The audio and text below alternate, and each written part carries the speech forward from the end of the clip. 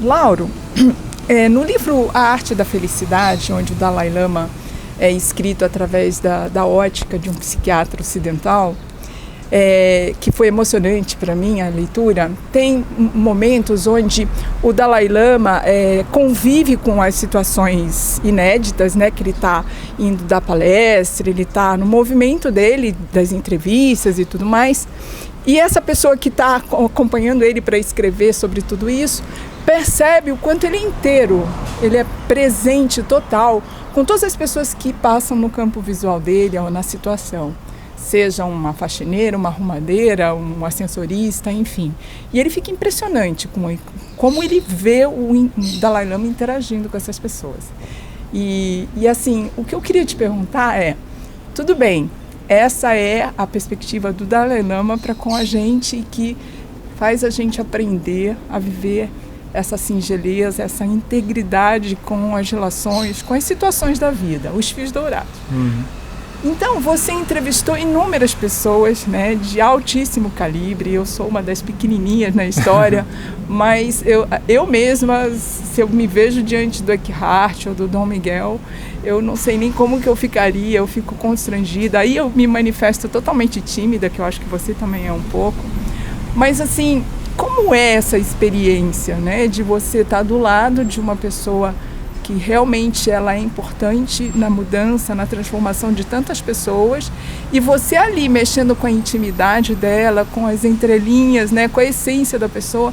Como que é isso para você? Como que você se sente diante dessa situação?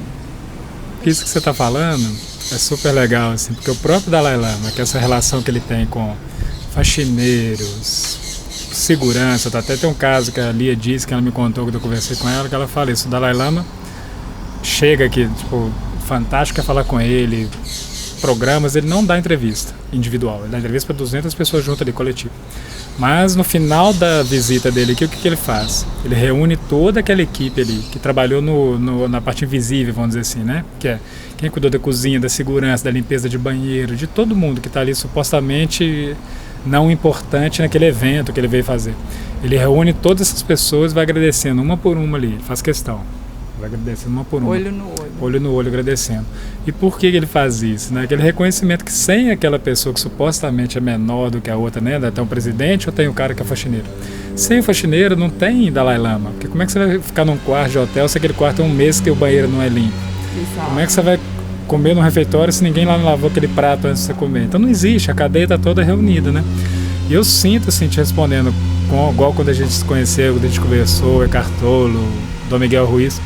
É interessante que a maioria das pessoas, na hora que eu chego para conversar, claro que você tem igual você contou, fica mais tímida no começo e tudo, mas logo naquela que a conversa começa, a maioria das pessoas, teve um outro momento mais de estudo ali de pessoal, mas a maioria delas cai nesse mesmo lugar do Dalai Lama. A gente cai na conversa daquela pessoa, o Eckhart Tolle, que de repente ele está aqui conversando comigo de igual para igual, então não tem, o meu sentimento com eles acaba de ser essa pessoa que está tendo uma troca de igual para igual, que você fala assim, né?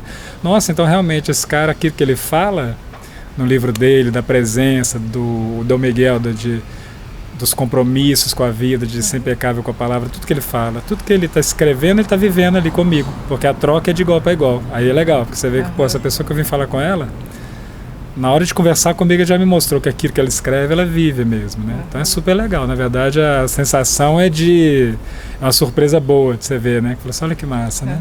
E eu percebi, assim, quando você é entrevistado, você não percebe, aquilo é inédito para você, mas conforme você vai lendo os teus livros, né? Aliás, todos, não tem como escolher, sabe? São todos geniais, todos, assim, é uma viagem, né? Porque é eclético e tal, até vou te fazer uma pergunta sobre isso, mas eu percebo que tem uma estrutura, né, de uma organização para você fazer cada entrevista e tudo mais. Mas, ao mesmo tempo, eu percebo que tem uma coisa fluida, algo assim que cola, né, vai que cola. É um ritmo muito encantador. E aí eu queria saber de você se, no meio da entrevista, você muda as perguntas, como que acontece esse processo? Esse processo ele é bem vivo mesmo, né? Igual, por exemplo, eu chego com um roteiro das perguntas que eu quero fazer, mas é isso, às vezes na primeira pergunta eu faço a primeira pergunta, a pessoa, na resposta dela, ela já vai responder talvez um trecho da última pergunta, e aquela conversa vai viva, ou ele me fala alguma coisa que eu nem estava esperando, conta um caso, dali brota uma outra pergunta naquela hora, mas eu sempre mantenho esse caminho que eu imaginei que pode ser legal, porque, por exemplo, você tem autores, e o Rubem Alves, quando eu fui falar com ele, o Rubem Alves tem mais de 60 livros, então assim, se eu não tiver um caminho que eu quero conduzir a conversa, a gente se perde ali, os dois, né? Então, na verdade, dentro de todo aquele universo que está ali, vamos pegar ele, por exemplo, o Rubem Alves no caso, o cara tem teólogo, educador, escritor, livro infantil, tudo, vários temas que ele abordou. Se eu não, é um mundo, então se eu não for conduzindo, não é que eu estou manipulando a conversa, mas eu conduzo. Igual você falou, é um rio que eu estou conduzindo. Vamos pegar, a gente quer chegar no oceano, mas vamos por aqui, por esse rio. Aliás, agora, eu acho que o próprio entrevistado precisa desse fio ajuda, condutor, claro, né? porque senão... ele é muito amplo, né? Tem 1000 caminhos para ele seguir, seguir bem. Com certeza, aí fica essa troca dos dois indo remando junto, para chegar naquele lugar que a gente começa a criar na conversa, aí por isso que fica fluido, porque os dois vão construindo junto. Pô, ele está indo por ali, aí de repente eu estou fazendo a pergunta e eu vejo que ele trouxe para o outro lado, eu vou também, né? Às vezes a gente vê isso em entrevistas, a pessoa está respondendo uma coisa, o entrevistador ele pergunta uma outra que tá assim, não tem nada a ver, tá voltando lá para um roteiro, ele não foi fluindo com a conversa, né? Aí a conversa fica aquela coisa meio sem ritmo, né, a palavra que você usou. Então eu sinto que é isso, a conversa é viva mesmo, assim, na hora que você tá, igual a gente tá aqui conversando, de repente, sei lá, a gente tá aqui conversando, acontece um barulho, alguma coisa, que a gente fala, olha, tá vendo isso aqui? Então a gente usa também a questão até do próprio ambiente, acontece, né?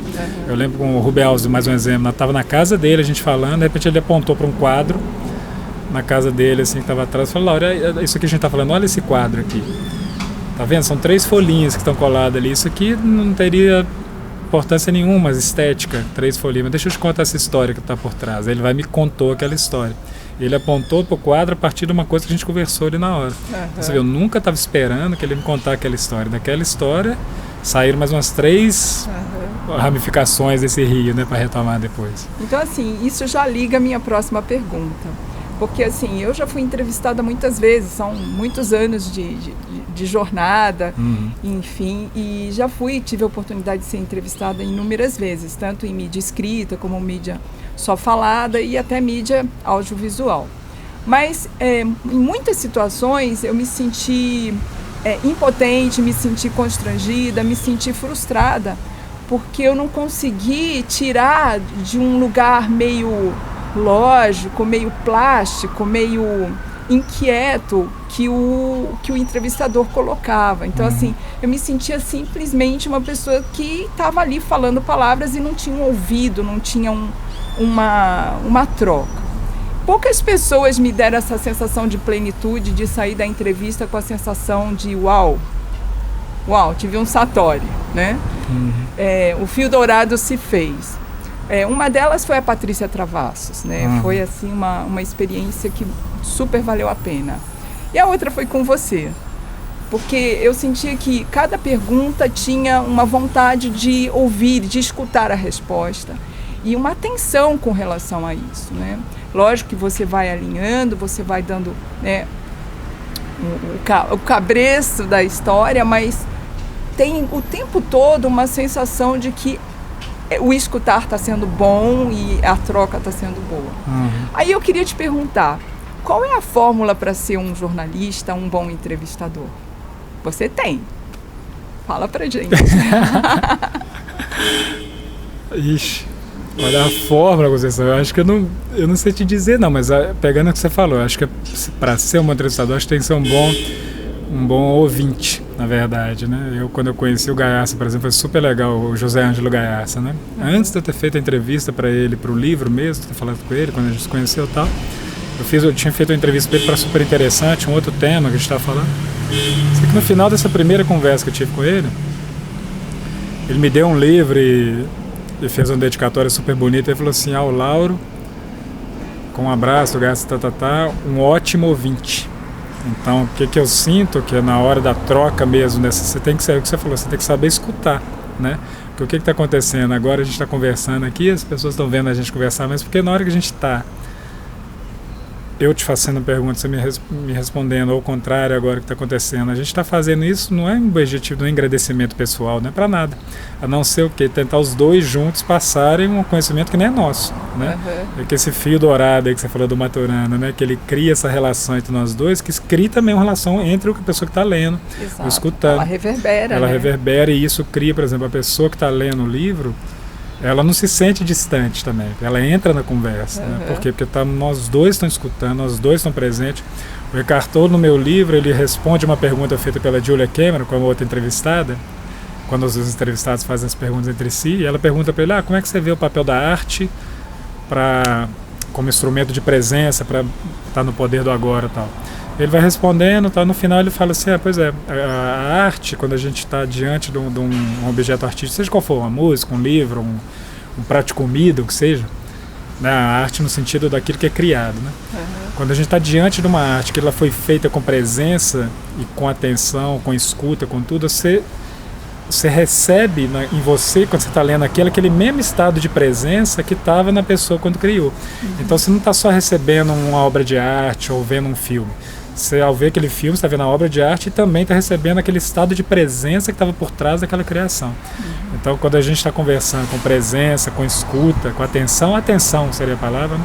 Então, a fórmula é simplesmente ter uma pessoa atenta, que é difícil, na verdade, né? No mundo que a gente vive, que é só distração, né? Então, a partir dessa atenção, a gente está criando esse campo que, independente do que é que seja falado, ou que prato de comida que for, né?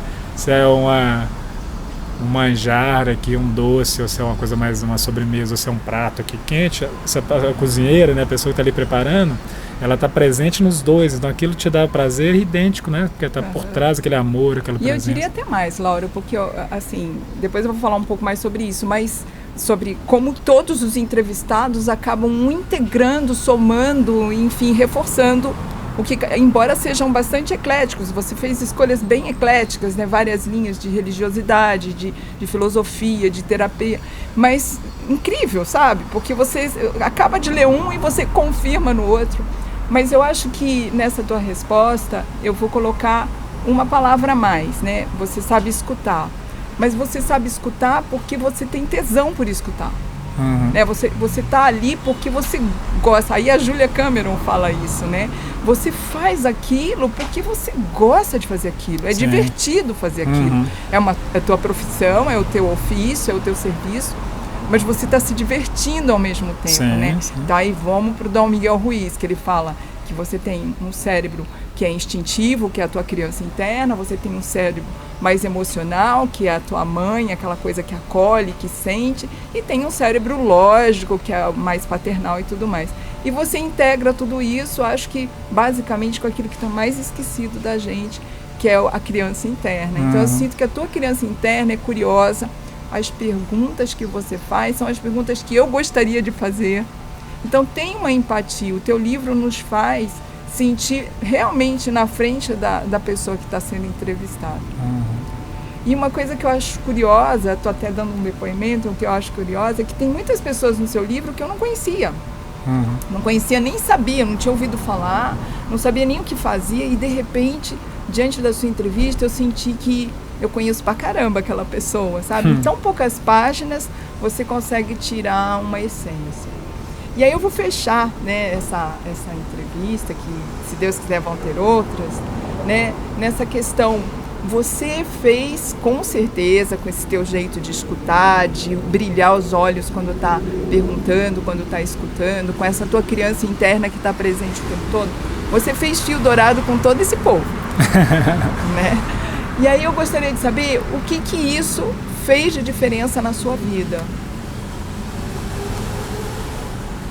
Conceição, na minha vida, assim, é totalmente, assim, a pessoa que eu sou quando eu comecei a fazer o livro é uma, pessoa que eu sou hoje é outra, né, certamente.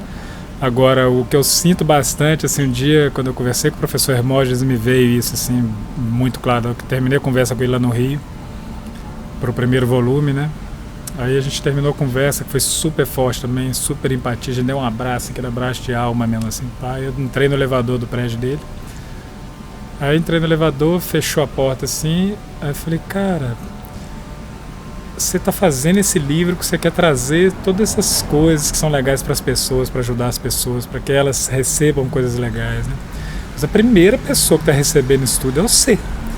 Então agradece. Tipo assim, eu tava muito tocado, emocionado dessa hora com o professor Hermógenes, eu tava dentro do elevador, na hora que me veio, caiu essa ficha assim, tipo, sabe quando o seu olho mareja, que desceu aquelas 2 lágrimas assim e tal, eu agradeci assim, super emocionado mesmo, super forte. Eu sei que na hora que abriu a porta do elevador, a pessoa que entrou deve ter achado que tinha acontecido alguma coisa dentro daquele elevador, né? Que rolou aqui dentro. Então eu sinto que pra mim... E tá rolando agora, e né? tá rolando agora, lógico. Isso, assim, eu sinto assim, que tá tudo que tá ali, como se falasse assim, ó, então tá bom, você quer levar essas coisas legais, esses fios dourados pras pessoas, mas presta atenção que o primeiro que tá recebendo é você. O primeiro que pode se beneficiar de crescer como pessoa é você mesmo, né? Então pra mim o que eu sinto muito importante é tudo que eu tô falando pras pessoas, o grande pessoa que tá escutando, eu espero que consiga ouvir, sou eu, né? Que eu consigo ouvir o que está sendo dito, escrito, para botar em prática na minha vida também, né? Para não ficar só, que é o que eu espero que aconteça com as pessoas também, porque quando a gente lê uma coisa com empatia, com força, que seja um pouquinho que a gente coloque em prática na vida, já resolve, né? Já ajuda muito, assim, um pouquinho a cada dia, né? E você se sente responsável, assim, tipo, você começa a chutar um pauzinho de barraca, a dar umas escorregadas, assim, coisas da nossa vida mesmo, das relações, da relação com o nosso trabalho, da relação com a nossa alimentação, enfim. Lógico que acontece, nós somos humanos, a vida está cheia aí de desafios. E diante de desafios assim bem evidentes, que você está presente, você está percebendo que você está fugindo, está descarrilhando, e aí é um momento que o fio dourado é importante, né, porque ele te traz de volta. Você, nessa hora, você sente mesmo a presença do fio dourado? Isso é suficiente para você voltar atrás e rever o que você está fazendo, voltar para o trilho? Acho que sim. Aí que é legal, porque essa questão de falar assim, não, então beleza, eu li o livro, eu fiz isso e aquilo, eu fiz o workshop, iluminei, tô zen, tô nada. Isso é tudo ilusão, isso não existe. A gente é ser humano.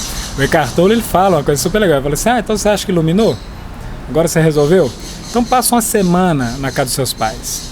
Fica uma semana só, uma semana lá. Vamos ver. No 3º dia você já está chutando todo mundo, não sei o quê. Porque o que acontece? É um trabalho da vida mesmo. O Eckhart Tolle é uma pessoa que é uma dessas pessoas que também foi interessante. Na hora que você está diante dele, você sente aquele estado de presença. Mas isso quer dizer que aquilo é o tempo inteiro, 100%? Não sei, mas o ideal é que a gente consiga. Em vez de eu ficar 1% só na presença ao longo da minha vida, eu passo a ficar 5, 6, 7, 8. Aumentar a frequência e a intensidade. E vamos nessa, e vai devagarzinho, porque o que acontece?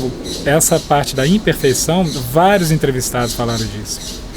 Essa palavra que é tão importante, a gente esquece, a palavra da paciência, né? Às vezes a gente quer melhorar a alimentação e tal, mas ninguém melhora a alimentação de um dia para o outro. Ninguém que é a pessoa que está com a questão de obesidade, está com 120 quilos. Ela vai chegar de um dia para o outro toa, né? Com 60? Não vai chegar. E se ela quiser chegar, ela vai passar por cirurgias, por coisas violentíssimas, que daqui a pouco ela volta de novo, porque ela não cuidou da raiz da coisa. Então o Gaiarsa tem uma frase que eu acho linda, ele fala assim, o que importa na nossa vida não é a gente ser equilibrado. A grande questão é você ser um bom equilibrista. É um bom equilibrista. Né? Porque equilibrado é aquela estátua parada, ela não sai do lugar. O equilibrista não, eu tô aqui, olha só, tô cuidando da minha vida, tá legal. Opa!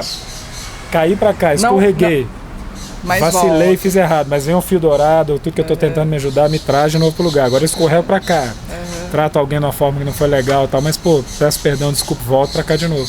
E vamos nessa, então esse equilibrista ali, né? Mas o seu centro é o centro que você tá partindo, pô, eu quero ser uma pessoa legal, eu quero ser centro, você que centro, sabe né? dele, de onde que eu tô caminhando? Eu quero tratar os outros bem? Ou pra mim, tanto faz os outros? É um lugar diferente de onde você tá partindo, né? Eu quero me tratar bem?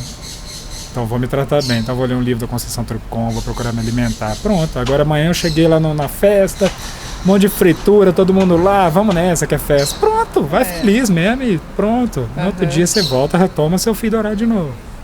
Vamos no seu caminho aqui com aquela informação que é importante para você, que você sente que te dá vida, né? Que é ele que é legal. Que te mantém conectado com esse lugar aqui, divertido, divertido, de entusiasmo, né? Essa palavra, que isso é muito, esse é um filtro super legal, acho que para todo mundo sente isso, né? Quando você está diante de uma coisa que está te dando entusiasmo, abre o olho que ele pode ser bom para você mesmo, né? Ai, Laura, eu queria fechar nessa pergunta, mas tem uma que surgiu que é muito gostosa. Eu quando li o Amish, né?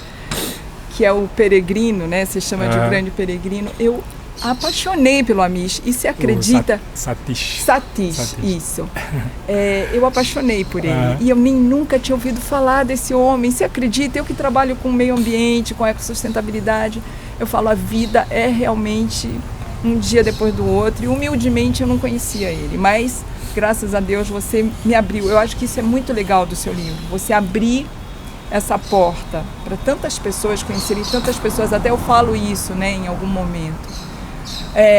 E tem um momento que ele fala assim, que olhando para o prato de uma pessoa, você tem noção de qual é a consciência ecológica, qual é a forma como ela trata ela, né? E o quanto ela está conectada de verdade com a natureza, com o processo todo para aquele alimento chegar ali naquele prato. Então eu achei muito lindo essa parte da entrevista. E aí eu queria finalizar, mas é verdade, se você, depois de entrevistá-lo, você mudou a forma de montar seu prato. essa é a justa. Eu vou ser sincero na resposta. A forma que eu monto meu prato já era uma forma legal, tá. Pode falar a verdade mesmo, assim. A forma que eu montava meu prato já era, de vez em quando eu caio nesses deslizes também, mas eu já tinha, tanto que as coisas, quando ele fala do pão, de fazer o próprio pão, aquilo tudo são coisas que, por exemplo, na hora de eu montar a estrutura da conversa, são coisas que eu falei, gente, tem que estar na minha conversa com ele, né? Então, assim, o meu prato, esse ponto, humildemente também. Ele, né, aí foi um lugar que ele reforçou, falou assim, tá vendo o prato que a gente põe na frente, que é muito real, né?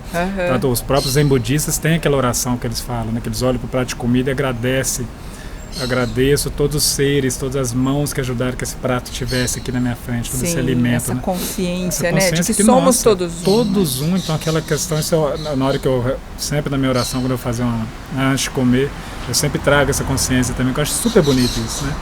O próprio prato, né? O próprio talher. Mas eu vou reforçar e repetir a pergunta. Depois da entrevista, você mudou o seu prato? Porque a gente não está sempre mudando. Eu acho que você deve ter ficado um pouco mais atento, mudou alguma escolha, não sei. Eu tô curiosa porque também você me entrevistou, né? Sim, então, olha, com o Satish mudei, eu não lembro, aí não sei te dizer, mas, por exemplo, depois que eu conversei com você, sim.